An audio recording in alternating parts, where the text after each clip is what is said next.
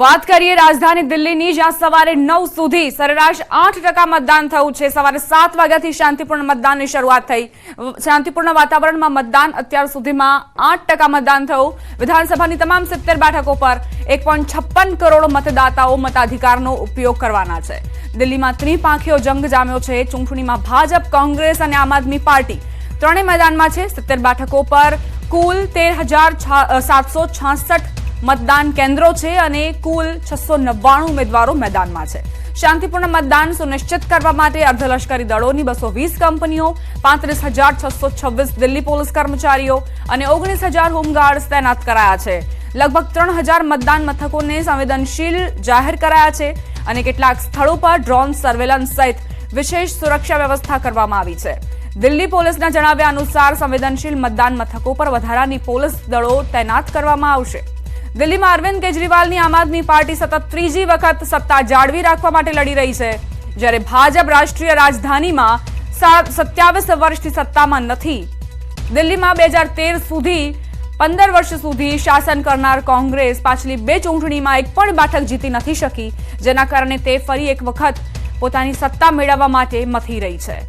जो कि आ तमाम वच्चे दिल्लीनी वात करीए, जे 3 बेठको छे, एक तो आतिशी मारलेलानी बैठक कालकाजी, त्यांथी पण रसाकसीनो जंग जोवा मळी रह्यो छे। अरविंद केजरीवालनी नवी दिल्ली बैठक छे, त्यां पण रसाकसीनो जंग जोवा मळी रह्यो छे। आज अभी मैंने कालका माई का आशीर्वाद लिया है और मुझे पूरा भरोसा है कि इस धर्म युद्ध में कालका माई का आशीर्वाद सच्चाई के साथ, सत्य के साथ, काम के साथ रहेगा और दिल्ली के लोग भी इस धर्म युद्ध में काम को, सच्चाई को, अच्छाई को अपना वोट जरूर। समाचारों में आगळ वधी આજથી ઠંડીનો નવો રાઉન્ડ શરૂ થશે। ઠંડીને લઈ હવામાન વિભાગની આગાહી, કેટલાક વિસ્તારમાં 2 થી 3 ડિગ્રી ઘટશે તાપમાન। આગામી 6 દિવસ વાતાવરણ સૂકું રહેશે। રાજ્યમાં સૌથી ઓછું તાપમાન નલિયામાં 9.6 ડિગ્રી નોંધાયું। સાયક્લોનિક સર્ક્યુલેશન રાજસ્થાનમાં છે, જેના કારણે પવનોની દિશા બદલાઈ છે। आज का फोरकास्ट जो है आने वाला अगले 7 दिन तक मौसम ड्राई रहेगा और लघुत्तम तापमान जो है इसमें fall 2 to 4 degree centigrade next 24 hour में, और उसका आगे 2 से 3 डिग्री सेंटीग्रेड टेम्परेचर राइज होगा, ग्रेजुअल राइज होगा। आगळ बात रैगिंग के रमत।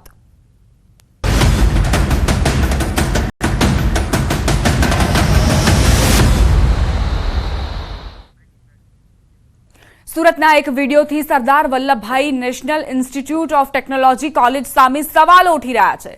बर्थडे बॉयने साथे विद्यार्थी मार मारतो होय तेवो वीडियो वायरल थयो छे।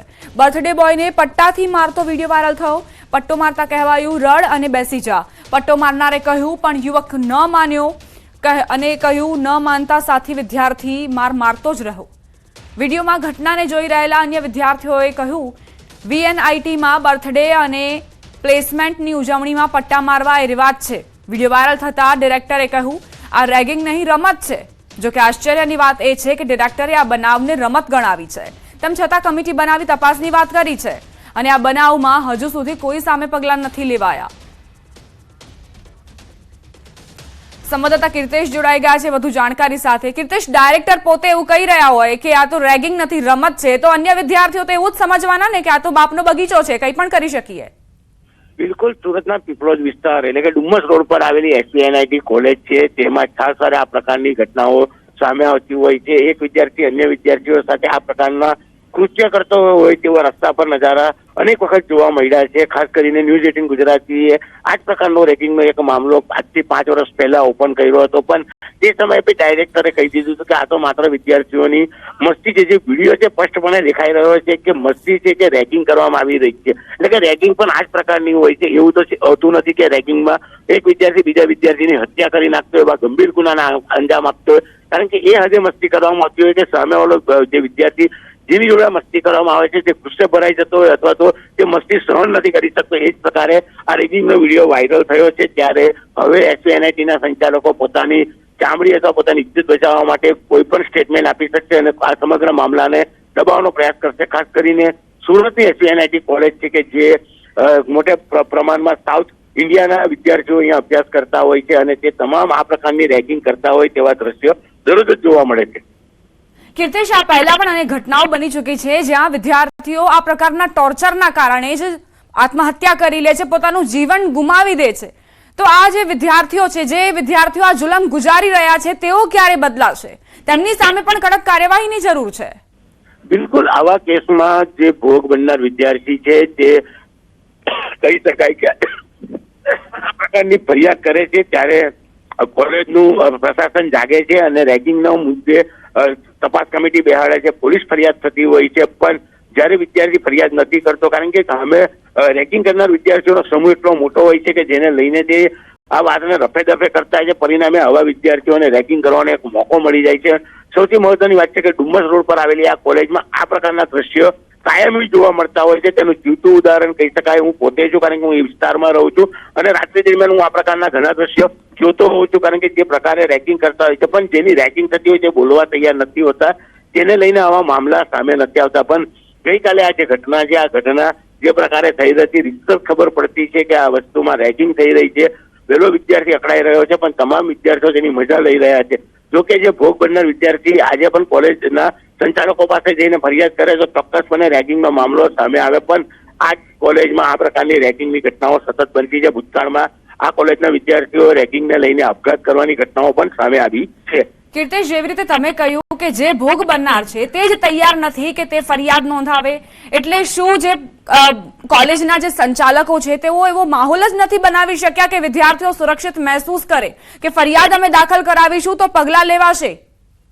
બિલકુલ, વિદ્યાર્થી આજે કેટલાક કિલોમીટર દૂરથી અભ્યાસ માટે આવ્યો છે અને જો તે ફરિયાદ કરે છે તેને લઈને કોલેજની રેપ્યુટેશન બગડતી હોય છે, જેને લઈને ફરિયાદ કરનાર વિદ્યાર્થીઓ પર ખૂબ જ કોલેજ પ્રશાસનનું પ્રેશર હોય છે, જેને લઈને મોટાભાગની ફરિયાદો નથી થતી. કારણ કે આવી ફરિયાદો જ્યારે સામે આવે છે ત્યારે કોલેજની એક પ્રતિષ્ઠાને હાનિ પહોંચતી હોય છે. પણ સૌથી મહત્વની વાત છે કે આ ઘટનામાં પણ આ જ પ્રકારે વિદ્યાર્થી પર એક પ્રેશર બનાવવામાં આવતું હોય છે. પણ વિદ્યાર્થી મક્કમ હોય છે અને વિદ્યાર્થીનું પરિવાર જ્યારે તેને સપોર્ટ કરતું હોય છે, એટલે કે 100માંથી માત્ર એક જ વિદ્યાર્થી એવો હોય છે કે જે આવા મામલે સામે આવીને ફરિયાદ કરતો હોય છે.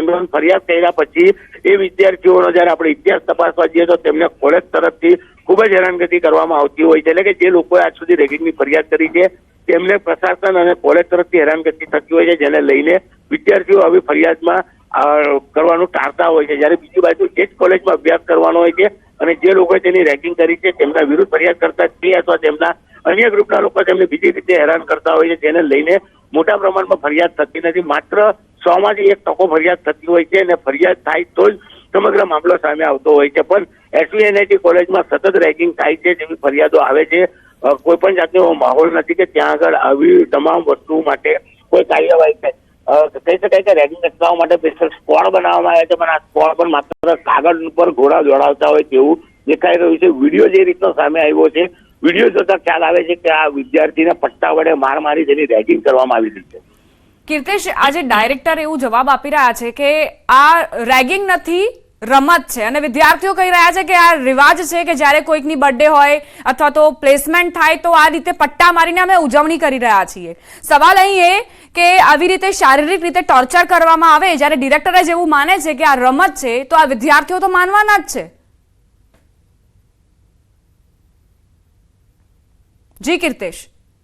કારણ કે કોઈ પણ વ્યક્તિની બર્થડે હોય છે તો બર્થડેમાં કેક પર એક મીણબત્તી સળગાવવામાં આવે છે, તેને ફૂંક મારી ઓલવવામાં આવે છે અને કેક કટિંગ કરી તેનું મોઢું મીઠું કરવામાં આવે. આ એક મસ્તીનો પ્રકાર છે. કેક મોઢા પર લગાડવાની વાત આવે ત્યારે મસ્તી કહેવાય છે, પણ એક પટ્ટો લઈને જયારે કોઈ વ્યક્તિને મારવામાં આવે છે, શારીરિક નુકસાન કરવામાં આવે છે, પટ્ટા વડે એક નહીં પણ એક કરતા વધુ વખત મારવામાં આવે છે અને કયા આધારે મસ્તી કહી શકાય. એટલે કે ડાયરેક્ટર વાતને ફેરવી તરોડી મરોડીને રજૂ કરવા માંગે છે.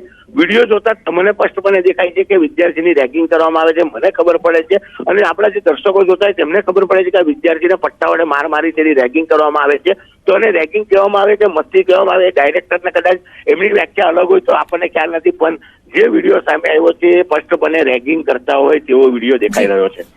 આભાર કીર્તેશ, જાણકારી આપવા માટે. તો ડિરેક્ટરને હવે જાગવાની જરૂર છે. મીડિયાનું પ્રેશર આવશે ત્યારબાદ મોટી મોટી વાતો કરશે, એ વસ્તુ સામાન્ય રીતે જોવા મળતી હોય છે, પરંતુ વિદ્યાર્થીઓ જે ત્યાં ભણવા આવે છે તેમને સુરક્ષિત માહોલ પૂરું પાડવું તે આ લોકોની જવાબદારી બને છે. સમાચારોમાં આગળ વધીએ. હિંમતનગર વિજાપુર હાઈવે પર અકસ્માત. બેકાબુ બનેલી ગાડી વીજપોલ સાથે અથડાઈ. અકસ્માતના 2 લોકોના ઘટના સ્થળે મોત નીપજ્યા. ગાડીમાં સવાર અન્ય 2 લોકોને ગંભીર ઇજાઓ થતા સારવાર માટે ખસેડવામાં આવ્યા. ઘટનાના પગલે લોકોના ટોળે ઉમટ્યા છે. ગ્રામ્ય પોલીસ ઘટના સ્થળે પહોંચી અને તપાસ હાથ ધરી છે. સાબરકાંઠાની આ ઘટના અકસ્માતનો બનાવ સીસીટીવીમાં કેદ થયો છે. હિંમતનગર વિજાપુર હાઈવે પરની ઘટના. બેકાબુ બનેલી ગાડી વીજપોલ સાથે અથડાઈ અને જેમાં 2 લોકોએ ઘટના સ્થળે જ મોતને ભેટ્યા છે.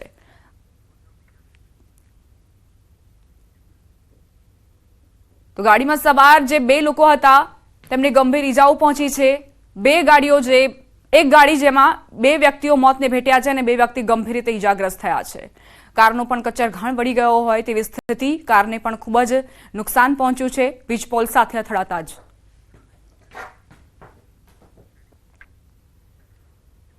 જૂનાગઢના કેશોદમાં મહિલા સાથે ચેઇન સ્નેચિંગની ઘટના બની. કેશોદના અમૃતનગર નજીકની ઘટના. 2 અજાણ્યા બાઇક ચાલકોએ મહિલાના ગળામાં રહેલ સોનાની ચેઇનની ચીલ ઝડપ કરી. 1.77 લાખના સોનાના ચેઇનને ખેંચતા જ શખ્સો સીસીટીવીમાં કેદ થયા છે. પોલીસે સમગ્ર મામલે વધુ તપાસ હાથ ધરી છે.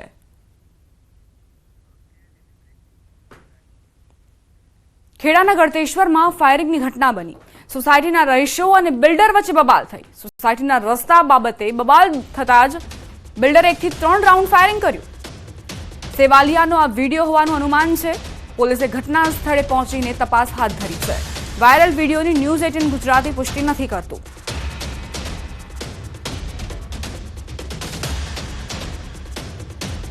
ઘર આગળ બેઠો હતો એ વખતે અચાનક જ ફાયરિંગનો અવાજ સંભળાયો. હું જોવા ગયો ત્યાં સુધી મારી એક્ટિવા ત્યાં પડેલી એ તોડફોડ કરી અને ફાયરિંગ કરીને આ સામેવાળા વ્યક્તિ મોબીનભાઈ અને એની આખી ગેંગ એ ત્યાંથી રવાના થઈ ગઈ.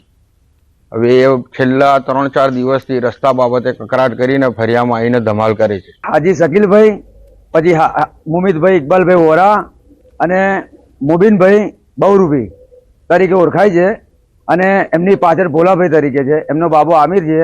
બરાબર. આ લોકો લુખ્ખી ગુંડાગીરી કરે છે અને અમને રાતભર હેરાન કરે છે અને રાતની રાત જગાડે છે. અત્યારે હાલ મારા પોતાના ભાઈ પર હુમલો થયો એટલે અમારા પોલીસ સ્ટેશનનું પગથિયું ભરવું પડ્યું. માથામાં વાગ્યું છે. બરાબર. હોસ્પિટલમાં છે. આ કેજીએન સોસાયટીની અંદરથી હમઝા સોસાયટીમાં જવા માટે એક આઈસર વાહન નીકળેલું અને તેના કારણે કેજીએન સોસાયટીના રહીશો ભેગા થઈ ગયેલા અને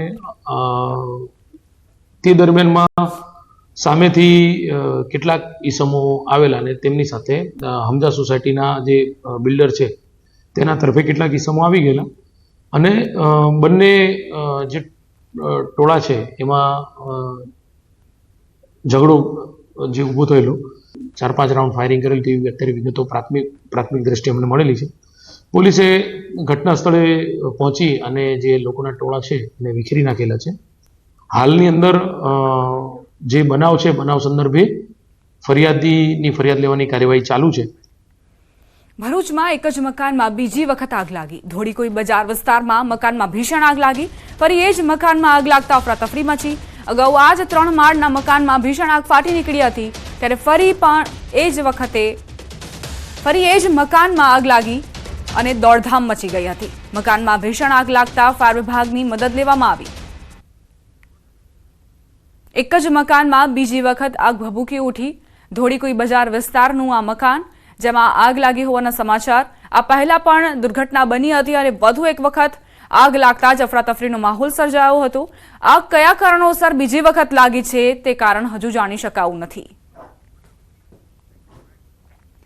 મહત્વપૂર્ણ સમાચાર પ્રાપ્ત થઈ રહ્યા છે. મહાકુંભમાં બ્લાસ્ટ કરવાની ધમકી આપનાર દબોચાયો. અમદાવાદ રેલવે પોલીસે ગાંધીધામથી તેને દબોચ્યો. આરોપી અરુણ જોશીને પકડીને વધુ કાર્યવાહી શરૂ કરાઈ છે. આરોપી અરુણ ગાંધીધામમાં રેશનિંગની દુકાન ચલાવતો હોવાનું સામે આવ્યું. ગ્રાહકના બાકી રૂપિયાની અદાવતમાં ષડયંત્ર ઘડ્યું હતું. ₹85,000 ન ચૂકવતા ગ્રાહકને ફસાવી દેવા કાવતરું રચ્યું હતું. આરપીએફને મેસેજ કરીને બોમ્બ ઉડાવવાની ધમકી આપી હતી. રેલવે પોલીસે મેસેજના આધારે તપાસ શરૂ કરી અને શખ્સને દબોચ્યો.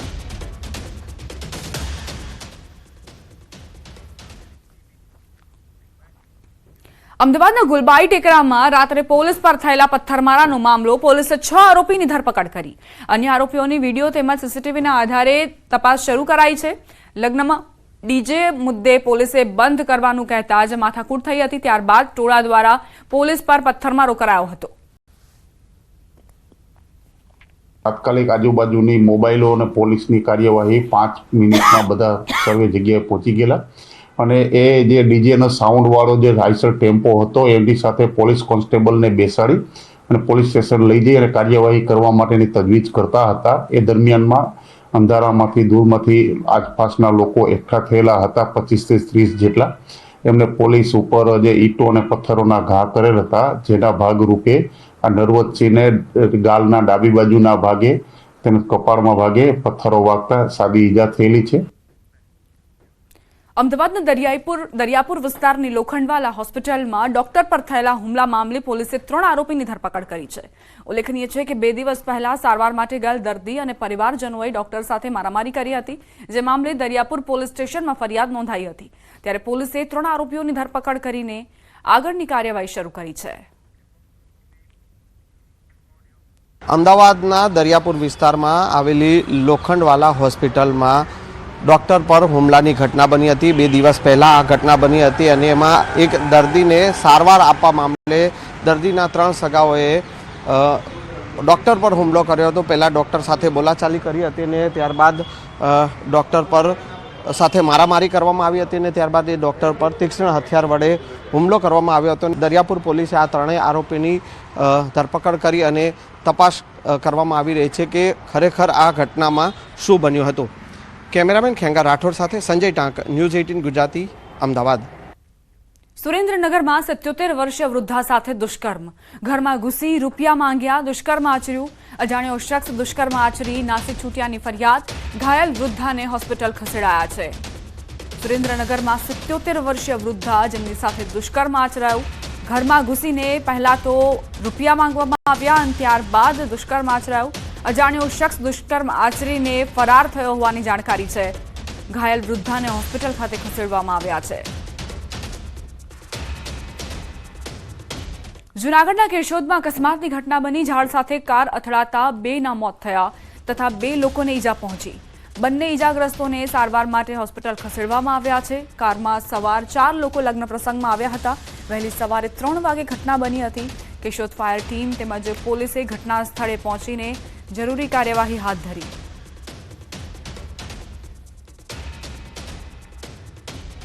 દેવભૂમિ દ્વારકા જિલ્લાના ફરી ડિમોલેશન હાથ ધરાયું છે. ગુજરાત હાઈકોર્ટના ચુકાદા બાદ 1.7 કરોડની કિંમતની 6,500 સ્ક્વેર ફૂટ સરકારી જમીન ખુલ્લી કરાઈ. તંત્ર દ્વારા અગાઉ હાથ ધરવામાં આવેલા મેગા ડિમોલેશન કામગીરીમાં ધાર્મિક દબાણોને લઈ હાઈકોર્ટમાં અરજી કરાઈ હતી, જેના પગલે કોર્ટે સ્ટે ઓર્ડર આપતા કામગીરી રોકી દેવાઈ હતી. બાદમાં ગુજરાત હાઈકોર્ટની સુનાવણી દરમિયાન અરજદાર પૂરતા પુરાવા રજૂ કરી શક્યા ન હતા, જેથી કોર્ટે ગૌચર જમીન પરના દબાણો દૂર કરવાનો સ્ટે ઓર્ડરને ઉપાડી લીધો હતો. કોર્ટના આદેશ બાદ તંત્રએ બાલાપર ગામે 800 જેટલા પોલીસ કર્મીઓના કડક બંદોબસ્ત સાથે ફરી ડિમોલેશન શરૂ કર્યું હતું. બેટ દ્વારકામાં બાલાપર ગામમાં એક કબ્રિસ્તાનમાં જેટલા પણ ગેરકાયદેસર દબાણો છે એને દૂર કરવાની કામગીરી આજ હાથ ધરવામાં આવેલ છે. એમાં પોલીસની ટોટલ પોલીસ એસઆરપી અને જીઆરડી એસઆરડી મળીને ટોટલ જે છે 800 જેવો બંદોબસ્ત સાથે આજે डिमोलिशन की कामगिरी हाथ धरવામાં आवेल છે. यहाँ पर कुछ स्ट्रक्चर सरकारी गौचर की ज़मीन है उसके अंदर रह गए थे और वहाँ पर ऑनरेबल हाई कोर्ट का स्टे आ गया था. 4 फरवरी को ये हाई कोर्ट का जो स्टे ऑर्डर था ये विड्रॉ हुआ हाई कोर्ट की तरफ से और हमने उसके बाद यहाँ पर कार्रवाई करके जितने भी सरकारी ज़मीन के ऊपर इलीगल स्ट्रक्चर्स थे उनको हम डिस्ट्रॉय करने की कोशिश कर रहे हैं. ये तकरीबन 6,500 स्क्वायर फीट की ज़मीन जो है सरकारी ज़मीन और इसकी मार्केट वैल्यू तकरीबन 1.75 करोड़ है. ફરી એકવાર દીવની મુલાકાતે પહોંચ્યા સિંહો. દીવના નાગવા વણાકબારા રોડ પર 2 ડાલામથ્થાની લટાર કેમેરામાં કેદ થઈ. શાહી અંદાજમાં રોડ નજીકથી પસાર થતા ડાલામથ્થા સિંહો જોવા મળ્યા. જોકે થોડા સમય પહેલા જ પ્રવાસન સ્થળ દીવમાં સિંહોની લટાર જોવા મળી હતી. ફરી એકવાર સિંહોની સવારી દીવમાં દેખાઈ છે.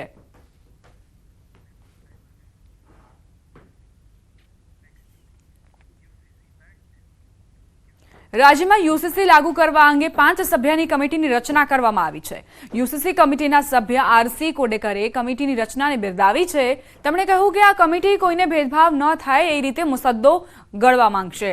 આગામી કમિટીની મીટિંગમાં આગળ કઈ રીતે વધવું તે નક્કી કરવામાં આવશે.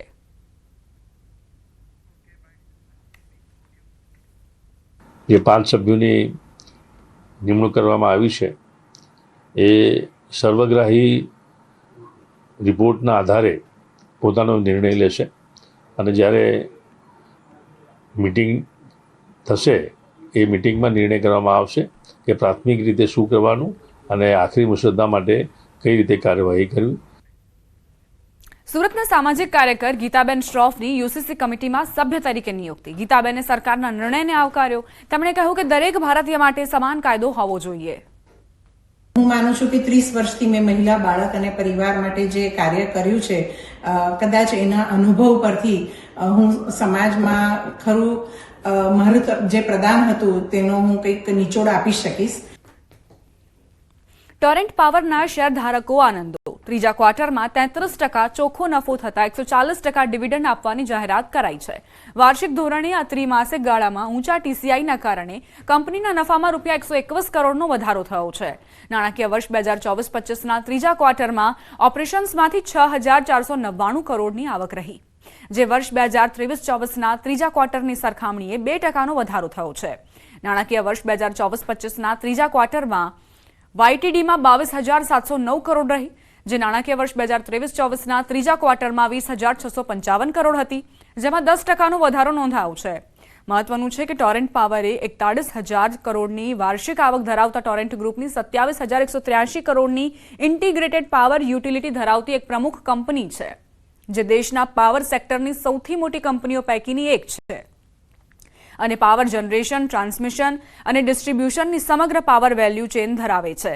કંપનીની કુલ સ્થાપિત પાવર ઉત્પાદન ક્ષમતા 4,754 મેગાવોટ છે. વધુમાં 2,965 મેગાવોટના રિન્યુએબલ પ્રોજેક્ટ્સ પ્રગતિમાં છે, જે પ્રોજેક્ટ્સ કાર્યરત થતાં જ કંપનીની પાવર ઉત્પાદન ક્ષમતા 7,919 મેગાવોટ થશે. કંપની દેશના વિવિધ વિસ્તારમાં 4.13 મિલિયનથી વધુ ગ્રાહકો ધરાવે છે.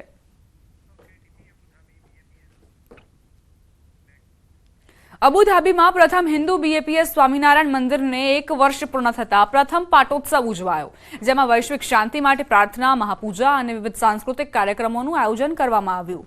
સવારે 4 વાગે સેંકડો ભક્તો અને સ્વયંસેવકો મહાપૂજાની તૈયારી માટે મંદિરમાં આવી પહોંચ્યા હતા. સવારે 6 વાગે પાટોત્સવ વિધિ તેમજ મહાપૂજા કરવામાં આવી. સવારે 9 થી 11:30 કલાક દરમિયાન મંદિરના મુખ્ય સભા મંડપમાં વસંત પંચમીનું ઉત્સવ સભાનું આયોજન કરવામાં આવ્યું, જેમાં બીએપીએસના સંસ્થાપક એવા શાસ્ત્રીજી મહારાજની વંદના કરાઈ. દિવસભર ચાલેલા કાર્યક્રમમાં 10,000થી વધુ શ્રદ્ધાળુઓ ઉમટ્યા હતા.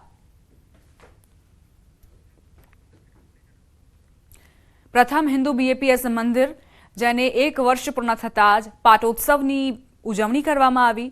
વિશ્વ શાંતિ યજ્ઞ અને મહાપૂજાનું પણ આયોજન કરવામાં આવ્યું હતું. ધાર્મિક અને સાંસ્કૃતિક કાર્યક્રમો પણ યોજવામાં આવ્યા હતા. મોટી સંખ્યામાં શ્રદ્ધાળુઓ આ કાર્યક્રમમાં ઉપસ્થિત રહ્યા હતા.